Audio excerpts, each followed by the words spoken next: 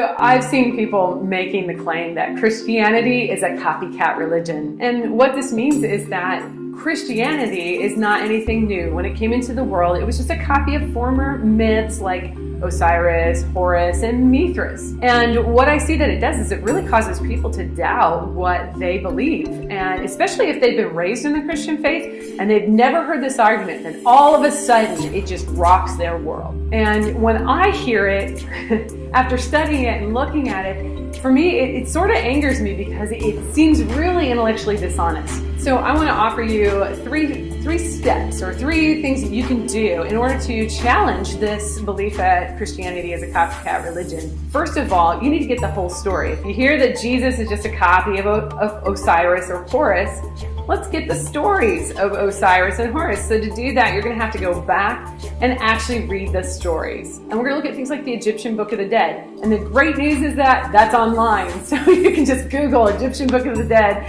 and you can read. And you can find out what actually is the story of Horus. And you can see, is this the same thing as I'm seeing in the New Testament? You actually have to read the New Testament story as well to get Jesus' story. And then compare them. This is really important because as you read the stories, you're going to see how very dissimilar they are, that they're not the same. I have a friend, his main argument was the pagan myth argument that Jesus is a copycat of these other religions.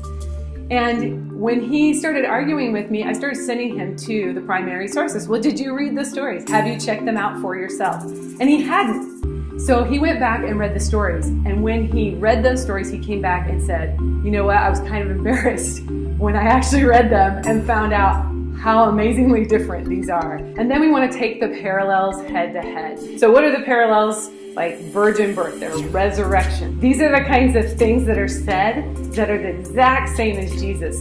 So let's just take a couple. Let's look at Mithras. Mithras is frequently compared to Jesus. And Mithras, well, he doesn't die. So Mithras, if you don't die, you can't rise from the dead, right? And then we have Horus, and Horus is frequently said to be the exact same story as Jesus. In fact, Bill Maher, who's a comedian, said this when he appeared on The View. Horus's story is that he was poisoned by a scorpion sting and revived by the incantation and magic of the gods. Or there's another story of Horus, depending on what Egyptian dynasty you're actually going with. And that story is that he actually doesn't die. He just gets in a battle. And in this battle, he sacrifices his eye. So that's the sacrifice. It's not death, it's his eye. So as you can see, when you take the parallels and you set them against Jesus' story of death and resurrection, it's not the same thing. And so you need to take those parallels head to head. So I spent a lot of time looking into these stories and reading them for myself. And in the time that I've had to do some research on this is a unique story of God himself taking on flesh, dying for our sins and rising from the dead to defeat the consequence of our sin. That is completely different from what I've encountered in not only other world religions, but especially in these pagan myths.